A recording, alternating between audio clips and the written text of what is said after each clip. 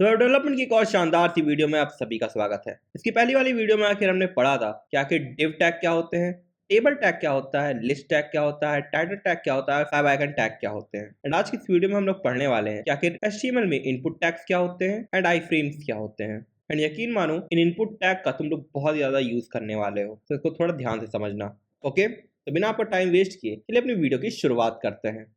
तो हम बात करते हैं अपने इनपुट टैग्स की। देखो HTML में इनपुट टैग्स का बेसिकली इस्तेमाल हम लोग इंटरैक्टिव फॉर्म एलिमेंट्स बनाने के लिए करते हैं, जिनकी हेल्प से यूजर जो है अपना डेटा उसमें इंटर कर सकता है। अगर सिंपल भाषा में कहें तो फॉर्म्स बनाने के लिए।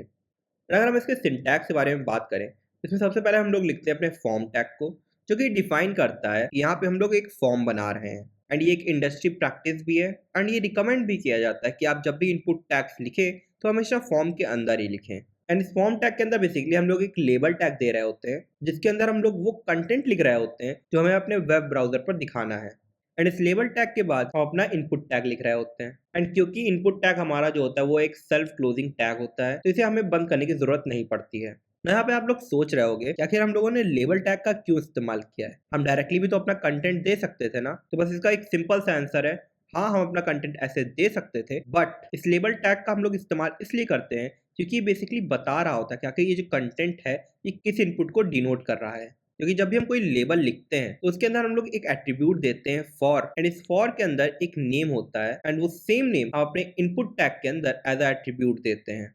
एंड इसकी हेल्प से हम लोग बता रहे होते हैं कि जो हमने कंटेंट लिखा है ये बेसिकली इस इनपुट टैग को बिलोंग कर रहा है। यानी जैसे हमने यहाँ पे लिखा है फर्स्ट नेम, तो हमारे इस इनपुट को बिलोंग कर रहा है। एंड अगर हम एक और लेबल बनाकर उसमें लिखे लास्ट नेम, जहाँ पे हमने फॉर की वैल्यू एल नेम दी है एंड ये सेम नेम एज एट्रीब्यूट हमने अपने इनपुट टैग के अंदर दिया है, तो इससे क्या होगा, ये जो हमारा जो इनपुट टैग है ये बेसिकली इस कंटेंट को बिलोंग करेगा, यानी ये इस कंटेंट के लिए होगा। एंड ऐसा कोई ज़रूरी नहीं कि आप इन लेबल्स को लिखो ही, बट हमारी इंडस्ट्री प्रैक्टिसेस कहती हैं कि आप इनको लिखना चाहिए, क्योंकि जब आप फॉर्म का बैकएंड कर रहे होते हो तो उस समय ये चीज़ें काफ़ी ज़्यादा हेल्पफुल साबित होती हैं। नाउ हम लोग इसको एक बार प्रैक्टिकल करके देख लेते हैं। तो इनपुट टैग का बेसिकली इस्तेमाल हम लोग किस लिए करते हैं, एक फॉर्म बनाने के लिए। तो इनपुट टैग का सबसे ज़्यादा इस्तेमाल हम लोग किस लिए करते हैं, बेसिकली एक फॉर्म बनाने के लिए। एंड फॉर्म बनाने के सबसे पहले हम लोग कौन सा टैग लिखते हैं, अपना फॉर्म टैग लिखते हैं। उसके बाद हम लोग इंटर करेंगे एंड हमारा फॉर्म टैग बनकर आ जाएगा। अभी यहाँ पे देखिए एक एट्रीब्यूट आ रहा होगा एक्शन का। अभी प्लीज इसके ऊपर ध्यान मत दीजिए, जब हम लोग कोई प्रोजेक्ट कर रहे होंगे या फिर हम लोग जब बैकएंड पढ़ रहे होंगे तो हम लोग इसके बारे में डिटेल में समझेंगे। अभी बेसिकली इसका ज़्यादा कोई यूज़ नहीं, तो इसको आप बस इग्नोर करें। इसको मैं हटा देता हूँ। नाउ अब बारी आती है कि आखिर इसके अंदर हम लिखेंगे क्या। एंड इस प्रॉब्लम के लिए बेसिकली मैंने आपके लिए अकाउंट ढूंढ के रखा है। उससे पहले कुछ बेसिक चीज़ें समझ लेते हैं। ओके, जैसे आप यहाँ फॉर्म में देख पा रहे हो, ये जो हमारा नेम जो हमने लिखा है ये बेसिकली क्या है, हमारा एक लेबल है। एंड इसके बाद जो हमारा ये स्क्वायर बॉक्स बन के आ रहा है जिसके अंदर बेसिकली हम अपना कंटेंट लिख रहे होंगे, ये बेसिकली क्या है, हमारा एक इनपुट टैग है। एंड ये भी हम लोग बेसिकली यही लिख के देखने वाले, यानी कि हम सबसे पहले एक लेबल बनाएंगे जिसके अंदर हम लोग लिखेंगे नेम, एंड देन इस नेम के लिए हम लोग एक इनपुट टैग बना रहे होंगे। ओके, चलिए इसको जल्दी से करके देख लेते हैं। तो इसके लिए सबसे पहले हम लोग लिखेंगे लेबल, एंड फॉर में हम अपने इनपुट का बेसिकली नेम दे रहा हूँ, तो यहाँ पे नेम दे देता हूँ नेम, कि यहाँ पे बेसिकली मैं नेम ही पूछने वाला हूँ। एंड इसके बाद हम अपना इनपुट लिख रहे होंगे। तो इनपुट टैग बनाने के लिए हम लोग सिंपली लिखेंगे input and that's all. And जैसे कि आप देख पा रहे हो कि हमारी जो इनपुट हमने बनाया है इसके अंदर बेसिकली एक एट्रीब्यूट दिया है टाइप इक्वल्स टू टेक्स्ट। ये टाइप एट्रीब्यूट बेसिकली बता रहा होता है कि आखिर हमारा इनपुट किस टाइप का है, यानी वो टेक्स्ट टाइप का है या वो नंबर टाइप का है या फिर वो किसी ईमेल के लिए हम लोग लिख रहे हैं यानी ईमेल टाइप का है। आखिर हमारे इनपुट टैग का टाइप क्या है ये हमारा टाइप एट्रीब्यूट डिसाइड करता है। एंड इस टाइप एट्रीब्यूट के बाद हम लोग अपने इनपुट का नेम दे रहे होंगे, एंड इसके लिए हम लोग यूज करेंगे नेम एट्रीब्यूट। एंड इसके अंदर हमने जो लेबल में फॉर के अंदर नेम दिया था उसे यहाँ लिख देंगे। ओके, नाउ तो हमने अपना पहला इनपुट बना लिया है। अब चलिए इसको एक बार गो लाइव करके देख लेते हैं कि आखिर ये हमारे ब्राउजर में कैसा दिख रहा है। ओके, जैसे आप यहाँ देख पा रहे हो कि यहाँ पे हमारा लिखा है सबसे पहले नेम, जो कि हमारा कंटेंट था, एंड उसके आगे एक इनपुट बॉक्स बना हुआ है जिसके अंदर बेसिकली हम लोग कोई भी कंटेंट लिख सकते हैं ना। ये तो बात हो गई हमारे टाइप एट्रीब्यूट की और नेम एट्रीब्यूट की। अब हम बात करते हैं अपने नेक्स्ट एट्रीब्यूट की, जो कि है प्लेस होल्डर। देखो, प्लेस होल्डर का बेसिकली इस्तेमाल हम लोग अपने इनपुट टैग के अंदर, यानी कि जो हमने इनपुट टैग यहाँ पे बनाया हुआ है इसके अंदर कुछ टेक्स्ट शो करने के लिए करते हैं। जैसे आपने कई बार फॉर्म्स में देखा होगा कि जो उनका इनपुट टैग होता है उसके अंदर बेसिकली लिखा हुआ होता है इंटर योर नेम। तो बेसिकली कैसे लिखा जा रहा होता है, आपके प्लेस होल्डर टैग की हेल्प से। ओके, तो इसको भी एक बार लिख कर देख लेते हैं। जैसे यहाँ पे मैंने लिखा इंटर नेम। अगर हम ब्राउजर पे चल के देखें तो अब यहाँ पे देख पा रहे होगे कि हमारे इनपुट टैग के अंदर एक लाइट ग्रे टेक्स्ट में कंटेंट लिखा हुआ आ रहा है इंटर योर नेम। एंड ये बेसिकली इसलिए यूज़ किया जाता है ताकि यूज़र को बताया जा सके कि आखिर ये इनपुट टैग जो है उसमें इनपुट क्या करना है। ओके, अगर हम अगले एट्रीब्यूट के बारे में बात करें तो वो है वैल्यू। देखो, इनपुट के अंदर वैल्यू एट्रीब्यूट का बेसिकली इस्तेमाल हम अपने इनपुट टैग के अंदर एक डिफ़ॉल्ट वैल्यू सेट करने के लिए करते हैं। यानी कि अगर यहाँ पे मैं लिख दूँ सब्सक्राइब, एंड जिन्होंने अभी तक हमारे चैनल को सब्सक्राइब नहीं किया है प्लीज़ जाकर उसे सब्सक्राइब कर दो। ओके, तो हम ब्राउज़र पे अगर चलकर देखें तो आप यहाँ पे देखें, यहाँ पहले से एक टेक्स्ट ऑलरेडी लिखा हुआ आ रहा है जो कि है सब्सक्राइब। एंड ये किस लिए आ रहा है? क्योंकि हमने इस इनपुट टैग के अंदर एक डिफ़ॉल्ट वैल्यू यानी कि एक वैल्यू सेट की है। एंड जितनी बार भी हम इस फॉर्म को ओपन कर रहे होंगे तो यहाँ पर हमें ये वैल्यू लिखने की ज़रूरत नहीं पड़ रही होगी, ये यहाँ पर बाय डिफ़ॉल्ट लिखा हुआ होगा। ओके, नाउ हम बात करते हैं अपने अगले एट्रीब्यूट की जो कि है रिक्वायर्ड। देखो, इस एट्रीब्यूट का बेसिकली इस्तेमाल हम लोग तब कर रहे होते हैं जब हम चाहते हो कि हमारा यूज़र इस इनपुट फॉर्म को ज़रूर से ज़रूर फिल करे। ना ये तो बात हो गई कि आखिर हम लोग HTML के अंदर अपने इनपुट टैग को कैसे बना रहे होते हैं। बट आपने गौर किया होगा कि एक फॉर्म के अंदर हम लोग केवल एक टाइप का इनपुट नहीं मांग रहे होते हैं, बल्कि कई टाइप्स के इनपुट मांग रहे होते हैं। यानी कभी हम यूज़र का नेम मांग रहे होते हैं, तो कभी उसका मोबाइल नंबर, तो कभी उसकी ईमेल आईडी, एंड कहीं कहीं पर तो यूज़र का फोटो भी मांग लिया जाता है। कभी हम अपने यूज़र को फॉर्म में मल्टीपल चॉइस जैसे क्वेश्चंस पूछ रहे होते हैं, एंड कभी कभी बॉक्स जैसे आइटम्स के ऊपर बस क्लिक करवाते रहते हैं। एंड हमारे ज़्यादातर फॉर्म इसी तरह के होते हैं। सो नाउ हम बात करते हैं कि आप कैसे अपने फॉर्म के अंदर इन अलग अलग टाइप के इनपुट को यूज़ कर सकते हो। एंड इसके लिए हम लोग फिर से आ जाते हैं अपने VS कोड के ऊपर। ओके, तो यहाँ पे सबसे पहले हम लोग दे रहे होंगे BR टैग जो कि हमारी लाइन को यहाँ से ब्रेक कर रहा होगा। एंड हम बात करते हैं अपने अगले टाइप के इनपुट के बारे में जो कि है नंबर। बेसिकली यूज़र से नंबर इनपुट करवाने के लिए यूज़ की जाती है। इसके लिए हम लोग लिखेंगे इनपुट। जैसा कि आप यहाँ पे जो सजेशंस VS कोड हमें दे रहा है यहाँ पे देख सकते हो कि हमारे इनपुट फील्ड कितने सारे टाइप्स के होते हैं। तो इनको हम इन डेप्थ नहीं पढ़ रहे होंगे, हम लोग बेसिकली उन्हीं इनपुट टैग्स को देख रहे होंगे जो आपके लिए इंपॉर्टेंट है एंड साथ ही में जिनका आप मैक्सिमम टाइम आगे यूज़ करेंगे। तो यहाँ पर इनपुट देने के बाद हमें लगाना है कॉलन, एंड इसके बाद हम लोग लिख रहे होंगे नंबर। एंड जैसे आप लिखेंगे यहाँ पे हमारी एक इनपुट फील्ड आ जाएगी जिसका टाइप है नंबर। एंड अभी के लिए नेम और आईडी जो यहाँ पे आ रही हैं एट्रीब्यूट्स, इन्हें इग्नोर करना, मैंने हटा देता हूँ। तो अपने ब्राउज़र के ऊपर चल के देखते हैं कि आखिर ये दिख कैसा रहा है।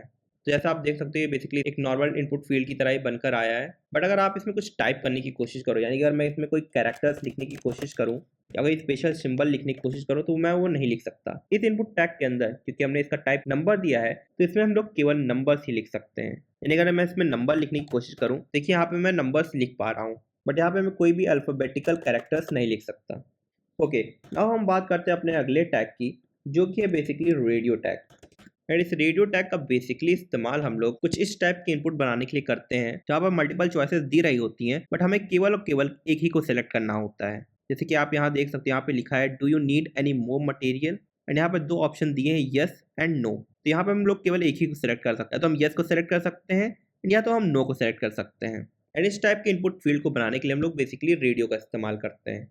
इसको भी बना के एक बार देख लेते हैं। सबसे पहले हम लोग लिखेंगे input, then colon, and then लिखेंगे रेडियो।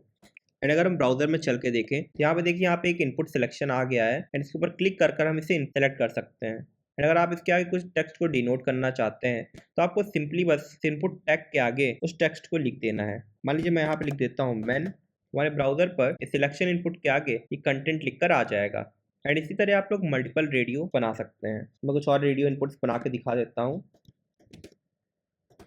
ओके, तो अब जैसे यहाँ ब्राउजर में देख सकते हमने दो सिलेक्शन इनपुट्स बनाए हैं, बट यहाँ पे एक छोटी सी प्रॉब्लम है। अगर मैं मेन को सेलेक्ट करूँ तो ये भी सिलेक्ट हो रहा है, एंड अगर मैं फीमेल को सेलेक्ट करूँ तो ये भी सिलेक्ट हो रहा है। बट हमारी रिक्वायरमेंट क्या थी? हम चाहते कि हमने जो ऑप्शन दिए हैं उनमें से केवल और केवल एक सेलेक्ट हो। एंड इसके लिए हमें क्या करना होगा? इसके लिए हमें बस सिंपली जो हमारे इनपुट टैग के अंदर नेम एट्रीब्यूट दिए हुए हैं इनके अंदर सेम नेम इनपुट करना होगा। जैसे यहाँ पे अगर मैं सेम नेम इनपुट कर दूँ जेंडर, एंड यहाँ पर अभी लिख दूँ जेंडर, एंड अपने ब्राउजर में चल के देखें तो हमारी ये प्रॉब्लम सॉल्व हो गई है। ओके, वहीं अगर हम बात करें कि आप कैसे अपने फॉर्म के अंदर चेक बॉक्स बना सकते हैं तो उसके लिए आपको बस सिंपली देना है input colon check box. And जैसे ही आप लिखोगे आपके ब्राउजर में एक चेक बॉक्स बनकर आ जाएगा। एंड क्योंकि सेम लाइन में आ रहा है तो यहाँ पे मैं BR टैग को ऐड कर देता हूँ ताकि हमारा नेक्स्ट लाइन में आए। ओके, तो यहाँ पे देखिए हमारा जो चेक बॉक्स है वो आ गया है, एंड इसके ऊपर अगर आप क्लिक करोगे तो हमारा चेक साइन बनकर भी आ रहा है। ओके, ना अगर इसके आगे आप कोई कंटेंट ऐड करना चाहते हो तो आपको सिंपली बस इस टैग के आगे ही वो कंटेंट लिख देना है। यानी कि अगर मैं लिख दूं यहाँ पर this is a check box, मैं अपने ब्राउजर में चल के देखूं हमारे चेक बॉक्स के आगे this is a check box लिख कर आ रहा है, यानी हमारा कंटेंट लिख कर आ रहा है। सेम अगर आप अपने फॉर्म से एक फाइल को अपलोड करवाना चाहते हैं तो आपको बस सिंपली लिखना है इनपुट कॉलन फाइल। एंड जैसे ही आप ये लिखोगे आपके ब्राउजर में फाइल को इनपुट कराने के लिए एक इनपुट फील्ड बनकर आ जाएगी एंड इस पर क्लिक करके आप अपनी किसी भी फाइल को यहाँ पर अपलोड कर सकते हो। ओके, एक बार अपने फॉर्म को बनाने के बाद हमें उसे सबमिट भी कराना होता है एंड उसके लिए हम लोग इस्तेमाल करते हैं इनपुट कॉलन सबमिट को। हमारा ये इनपुट टाइप सबमिट ही हमारे फॉर्म को सबमिट करा रहा होता है। बट अगर आप ब्राउजर में चल के देखें तो यहाँ पर सिंपली बस एक बॉक्स बनकर आ रहा है जिसके अंदर कोई भी कंटेंट नहीं लिखा हुआ है। एंड अगर हम चाहते हैं कि इस बटन के अंदर हमारा सबमिट लिख कर आए या कोई और कंटेंट लिख कर आए, इसके लिए सिंपली बस हमें अपने इनपुट टाइप सबमिट के अंदर जो वैल्यू एट्रीब्यूट लिखा हुआ है इसके अंदर एक वैल्यू ऐड करनी है। यानी कि अगर इस वैल्यू एट्रीब्यूट के अंदर मैं लिख दूं सबमिट, एंड अगर हम ब्राउजर में चलकर देखें तो आप यहाँ देख पाएंगे कि यहाँ पे अब इस बटन के अंदर सबमिट लिख कर आ रहा है। ओके, एंड अगर इस सबमिट के ऊपर हम लोग क्लिक करें तो हमारा फॉर्म सबमिट भी हो जाएगा। ओके, तो हम लोग बात करते हैं अपने अगले टॉपिक की जो कि है आई फ्रेम टैग्स। देखो, आई फ्रेम का बेसिकली इस्तेमाल हम लोग अपने ब्राउजर के अंदर किसी और वेब ब्राउजर को, वीडियो को या फिर किसी डॉक्यूमेंट को एम्बेड करने के लिए करते हैं। यानी कि हमारा जो वेब पेज है अगर इसके ऊपर हमें कोई और भी वेब पेज दिखाना हो या शोकेस करना हो तो उसके लिए हम लोग आई फ्रेम टैग का इस्तेमाल करते हैं। और इसके हम लोग सिंटैक्स के बारे में बात करें, यहाँ पे हमें बस सिंपली लिखना है आई फ्रेम, एंड क्योंकि ये सेल्फ क्लोजिंग टैग नहीं होता है तो आपको आखिरी में इसे बंद भी करना होगा। एंड अगर इसके हम लोग एट्रीब्यूट के बारे में बात करें तो इसमें बेसिकली जो एट्रीब्यूट हम लोग यूज करते हैं वो होता है एसआरसी। एंड एसआरसी एट्रीब्यूट के बारे में हम लोगों ने पहले भी बात की थी। इसका हम लोग इस्तेमाल बेसिकली अपने वेब पेज, वीडियो या फिर डॉक्यूमेंट के एड्रेस को देने के लिए करते हैं। एंड इसके बाद हम लोग दो एट्रीब्यूट का और इस्तेमाल कर रहे होते हैं जो कि है विड्थ एंड हाइट। यानी कि हमारे जो वेब पेज जो है उसके अंदर जो हम लोग ये दूसरा वेब पेज एम्बेड कर रहे हैं, यानी कि आई फ्रेम की मदद से जो दूसरा वेब पेज इसके अंदर डाल रहे हैं उसकी जो हाइट और विड्थ क्या होगी, ये हमारा height and width attributes decide करते हैं। तो इसको एक बार प्रैक्टिकल करके देख लेते हैं ताकि आपको और अच्छे से समझ आ जाए। ओके, तो आई फ्रेम का टैग बनाने के लिए हमें बस सिंपली लिखना है आई फ्रेम। जैसा कि आप यहाँ देख सकते हो यहाँ पे हमारा एसआरसी एट्रीब्यूट दिया हुआ है एंड इसी के अंदर हम लोग अपना एड्रेस डाल रहे होंगे। एंड यहाँ पर ध्यान देना थोड़ा सा, आई फ्रेम टैग जो है यानी कि जो टैग हम लोग इस्तेमाल कर रहे हैं ये हर वेबसाइट को डिस्प्ले नहीं करवा पाता है। जैसे आप गूगल की वेबसाइट को, यूट्यूब को या फिर और फेमस वेबसाइट जो हैं अगर आप उनको किसी वेबसाइट के ऊपर इम्बेड करने की कोशिश करोगे आई फ्रेम की हेल्प से तो वो नहीं करा पाएगा, क्योंकि इन वेबसाइट में आई फ्रेम की सेटिंग्स ऑफ रहती हैं तो आप उनको इम्बेड नहीं कर सकते हो अपनी वेबसाइट में।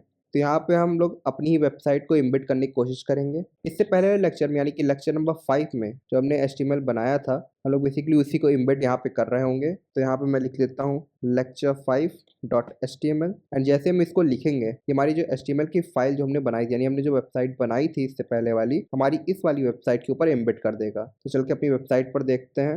एंड जैसा कि आप यहाँ देख पा रहे हो यहाँ पर क्या है, इसने हमारी वेबसाइट यानी कि हमारे लेक्चर नंबर 5 की जो वेबसाइट थी उसको हमारे लेक्चर नंबर 6 की वेबसाइट के अंदर एम्बेड कर दिया है। ओके, एंड इसको अगर आप थोड़ा सा हाईलाइट करना चाहते हो यानी कि जो आपने एम्बेड की है वेबसाइट तो इसके आसपास कुछ बॉर्डर ऐड करना चाहते हो तो आई फ्रेम बेसिकली एक और एट्रीब्यूट प्रोवाइड करता है आपको जिसका नाम है फ्रेम बॉर्डर।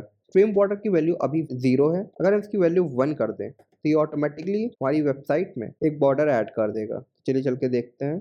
ये देखिए हमारी इस एम्बेडेड वेबसाइट के अंदर अब एक बॉर्डर बन के आ रहा है जो कि ये साफ साफ दिखा रहा है कि ये एक एम्बेड वेबसाइट यानी कि एक अलग वेबसाइट है यहाँ पर। ओके, सो आज के लिए बस इतना ही।